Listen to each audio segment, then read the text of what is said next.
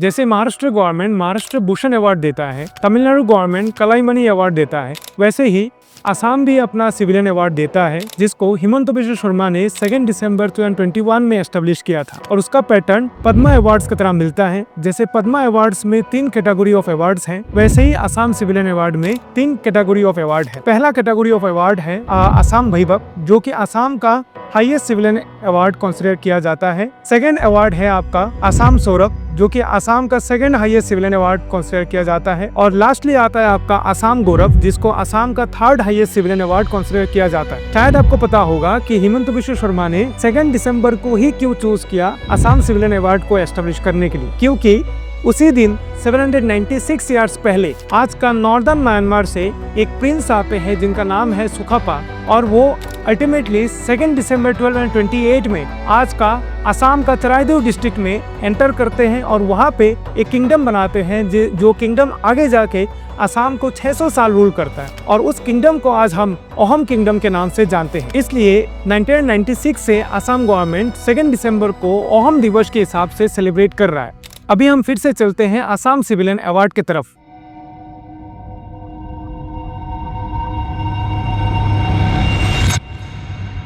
जैसे मैंने आपको पहले ही बताया था कि 2 दिसंबर 2021 में यह असम सिविलियन अवार्ड एस्टेब्लिश हुआ था, बट इसको फर्स्ट टाइम 2022 में ही दिया गया था। और जब 2022 में इस अवार्ड को फर्स्ट टाइम अवार्ड किया गया, तो असम सिविलियन अवार्ड में सबसे हाईएस्ट अवार्ड असम वैभव रतन टाटा को दिया गया। असम वैभव नॉर्मली हर साल एक पर्सनैलिटी को दिया जाता है, इसलिए 2022 से लेके 2025 तक 4 पर्सनैलिटी को असम वैभव या असम का सबसे हाईएस्ट सिविलियन अवार्ड मिला है। 2023 में इंडिया के फेमस ऑन्कोलॉजिस्ट या कैंसर स्पेशलिस्ट जिन्होंने अपने लाइफ का 40 साल कैंसर केयर के लिए दिया है, उनको तुम्हारा असम वैभव अवार्ड से सम्मानित किया गया है, और उनका नाम है तपन शोइकिया। और ऐसे ही former chief justice of India Ranjan Gogoi को 2024 में असम वैभव अवार्ड से सम्मानित किया गया। और अल्टीमेटली इस बार 2025 में असम वैभव ऐसे एक पर्सनैलिटी को दिया जा रहा है जो कि सिविलियन नहीं थे, वो एक ऐसे कैरेक्टर थे, वो एक ऐसे पर्सनैलिटी थे जिन्होंने अपने लाइफ का 40 साल ऑलिव ग्रीन यूनिफॉर्म को या इंडियन आर्मी को दिया था। और उनका नाम है retired lieutenant general Rana Pratap Kalita. और लेफ्टिनेंट जनरल राणा प्रताप कलिता खाली आसाम के नहीं, पूरे नॉर्थ ईस्ट के पहले आर्मी ऑफिसर थे जो कमांडर लेवल तक सर्व किया था। और ये चीज हम इसलिए बोल रहे हैं क्योंकि lieutenant general Rana Pratap Kalita eastern command के कमांडिंग इन चीफ भी रह चुके हैं। और ultimately lieutenant general Rana Pratap Kalita 2023 में इंडियन आर्मी से रिटायरमेंट लेते हैं, और 2024 के जुलाई मंथ में असम सरकार उनको सम्मानित करते हुए असम का 7th स्टेट फाइनेंस कमीशन का चेयरमैन के हिसाब से अपॉइंट करता है। इसका सिंपल मतलब यही हुआ कि लेफ्टिनेंट जनरल राणा प्रताप कलिता अभी वर्तमान में असम स्टेट फाइनेंस कमीशन के चेयरमैन के हिसाब से सर्व कर रहे हैं। अभी हमें असम सिविलियन अवार्ड के बारे में जिस्ट मिल गया होगा, तो चलिए बाकी अवार्डी को अभी देखते हैं। 9 मार्च 2025 में असम कैबिनेट ने इस बार का असम सिविलियन अवार्ड के अवार्डी का नाम फाइनलाइज किया, और अल्टीमेटली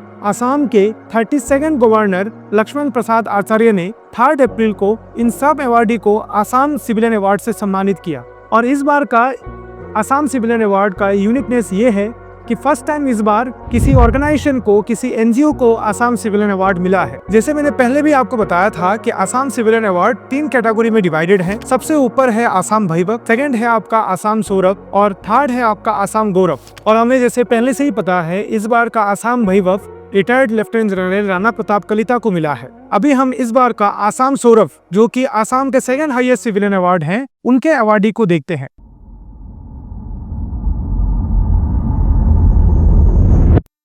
सबसे पहले बात करते हैं असम सौरभ के इस बार के सबसे पहले अवार्डी का, जिनका नाम है डॉक्टर एस रामादुराई। और एस रामादुराई तमिलनाडु से बिलोंग करते हैं, और शायद आपको पता होगा कि ये बहुत बड़े नाम है in the field of IT sector. Doctor S Ramadurai IT field में बहुत बड़े नाम है। ये इसलिए मैंने बोला क्योंकि डॉक्टर एस रामादुराई ऐसे एक पर्सनैलिटी है जिन्होंने वर्ल्ड का one of the largest IT service company, जो कि इंडिया बेस्ड है, जिसका नाम है आपका टाटा कंसल्टेंसी सर्विस या TCS, उसको उस पॉइंट तक लेके जाने में, उसको उस बुलंदी तक लेके जाने में उनका ही हाथ है। क्योंकि डॉक्टर एस रामादुराई 1996 से लेके 2009 तक इस कंपनी के MD या CEO रह चुके थे और उनके बदौलत TCS जो है उस बुलंदी तक गया था, उस पॉइंट तक गया था। डॉक्टर एस रामादुराई ने खाली प्राइवेट कंपनी को अपना कंट्रीब्यूशन नहीं दिया, वो अलग अलग समय में गवर्नमेंट ऑफ इंडिया को भी कंट्रीब्यूशन उन्होंने दिया था, जैसे नेशनल स्किल डेवलपमेंट एजेंसी, उसके बाद नेशनल स्किल डेवलपमेंट कॉर्पोरेशन, इन दोनों एजेंसी के चेयरमैन भी वो रह चुके थे। अभी हम बात करते हैं आसाम सौरभ के सेकंड अवार्डी का, जो कि एक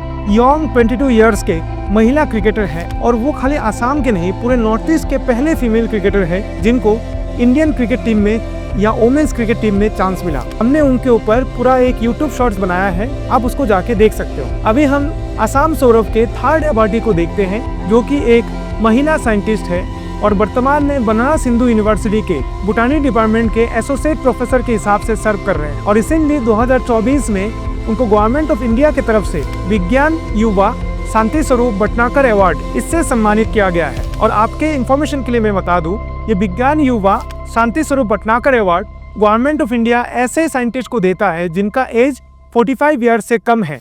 बाकी 3 आसाम सौरभ अवार्डी का नाम स्क्रीन में फ्लैश हो रहा है, आप देख सकते हो।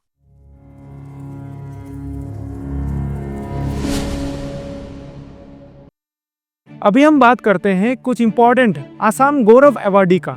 इस बार का आसाम गौरव अवार्ड ऐसे एक महिला को मिला है जिन्होंने अपने लाइफ का मेन एम एनवायरमेंट कंजर्वेशन या एनवायरमेंट प्रोटेक्शन को बनाया है और इस चीज को करने के लिए सोसाइटी का बहुत सारा सुपरस्टिशियस बिलीफ, सुपरस्टिशियस नॉर्म्स, इन सब को तोड़ा है और इसके वजह से उनको अपने पर्सनल लाइफ में बहुत दिक्कत हुआ, बहुत प्रॉब्लम हुआ, पर तब भी उन्होंने इस चीज को नहीं छोड़ा। उनका नाम है फुलेश्वरी दत्त, जो कि आसाम के लखीमपुर डिस्ट्रिक्ट से बिलोंग करती है और उन्होंने अपने लाइफ का बहुत सारा पार्ट जो क्रिटिकली एंडेंजर्ड या एंडेंजर्ड बल्चर्स हैं उनको सेव करने में लगा दिया। इसलिए इस बार का 13 आसाम गौरव अवार्डी में से एक अवार्डी का नाम फुलेश्वरी दत्त का भी मेंशन किया गया।